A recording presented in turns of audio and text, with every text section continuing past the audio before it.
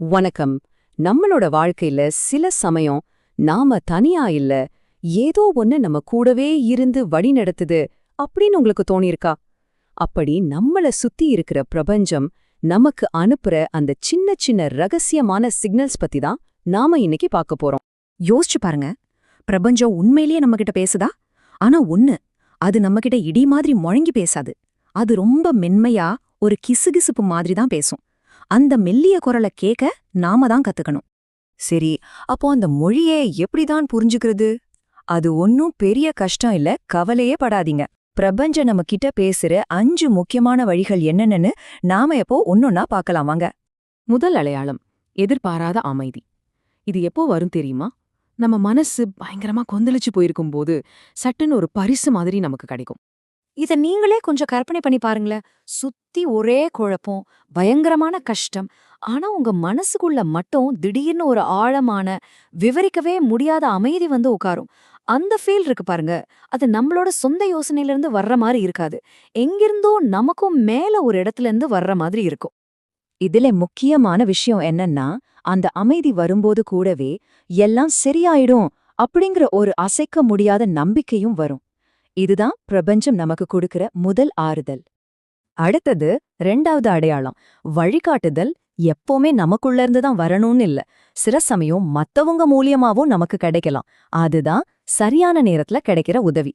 உங்களுக்கு எப்பவாவது இப்படி நடந்திருக்கா? நமக்கு ரொம்ப அவசரமா ஒரு உதவி தேவைப்படும். அப்போ நம்ம துளி கூட எதிர்பார்க்காத ஒருத்தர்கிட்ட இருந்து அந்த உதவி கரெக்டா வந்து சேரும். இத வெறும் கோயின்சிடென்ஸ் அப்படின்னு நினைச்ச விட்டுறாதீங்க. இது பிரபஞ்சம் மத்த மனுஷங்க மூலமா நமக்கு வழிகாட்டுற ஒரு விதமா இருக்கலாம். உதாரணத்துக்கு, நீங்க பண கஷ்டத்துல இருக்கும்போது ஒரு பழைய ஃப்ரெண்ட் திடீர்னு ஃபோன் பண்ணி ஹெல்ப் பண்றது. இல்லனா மனசு குழம்பி போயிருக்கும்போது முன்ன பின்ன தெரியாத ஒருத்தர் சொல்ற ஒரு சின்ன வார்த்தை நமக்கு ஒரு பெரிய வழிய காட்டுறது. இதெல்லாமே அந்த வழிகாட்டுதலோட வடிவங்கள் தான். இப்போ 3வது அடையாளத்துக்கு போலாம். இது ரொம்பவே இன்ட்ரெஸ்டிங்கான ஒண்ணு. அது என்னன்னா, திரும்ப திரும்ப வர செய்திகள்.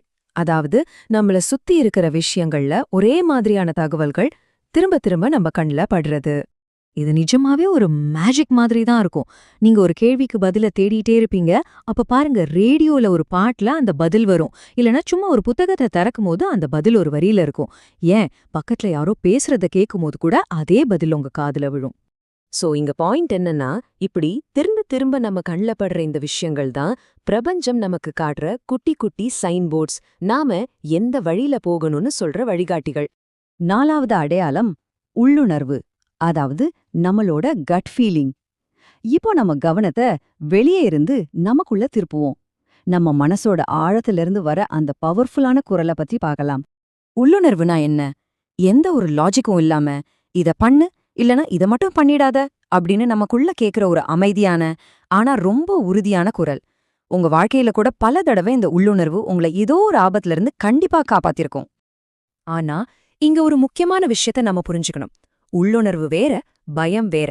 உள்ளுணர்வுங்கிறது ஒரு அமைதியான ஒரு உறுதி. ஆனா பயம் அது ஒரு சத்தமான எச்சரிக்கை.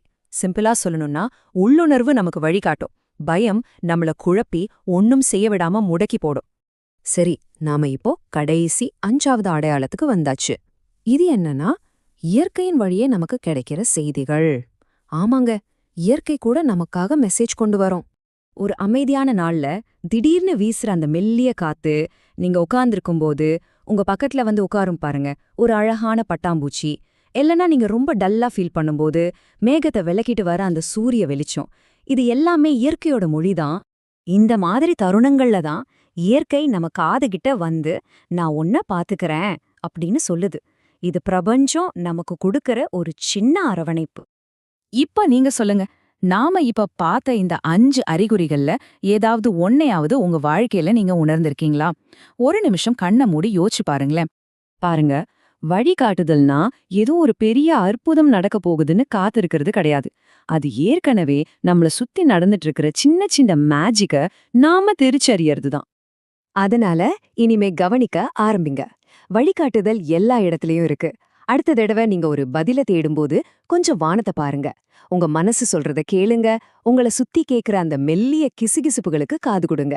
ஒருவேளை பிரபஞ்சம் நிஜமாவே உங்ககிட்ட பேச முயற்சி பண்ணினா, அதை கேட்க நீங்க தயாரா இருக்கீங்களா?